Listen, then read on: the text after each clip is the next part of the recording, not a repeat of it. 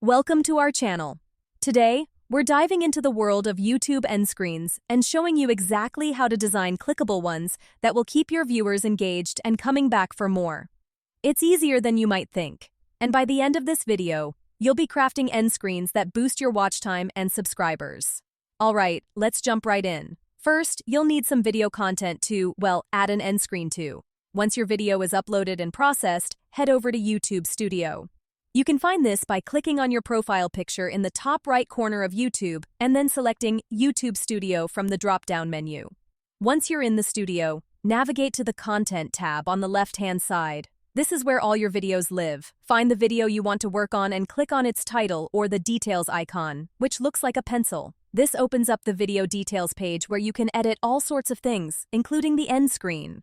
Look for the end screen option in the editor, usually located on the right side of the screen near the bottom. Click on that, and you'll be transported to the end screen editor. Now for the fun part, designing. YouTube offers several pre-designed templates that you can use as a starting point. You'll see options like 1 video, 1 subscribe, 2 videos, or even 1 playlist, 1 subscribe. Feel free to browse through these and pick one that suits your needs.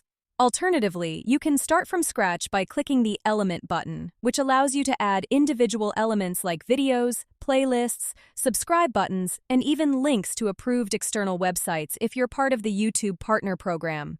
Let's say you want to recommend a specific video and encourage viewers to subscribe. Click the Element button and select Video.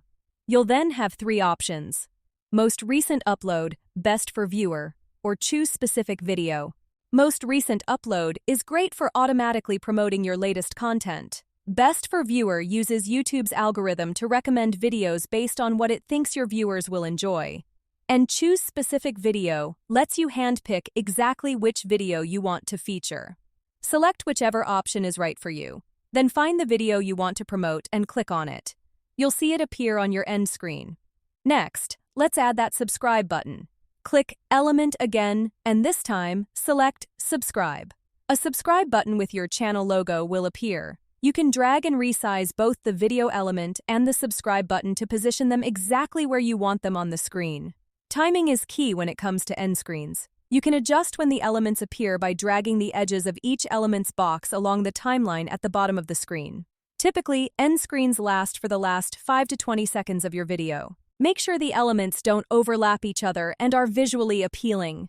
You can even preview your end screen by playing the last few seconds of your video within the editor. If you want to promote a playlist, the process is very similar.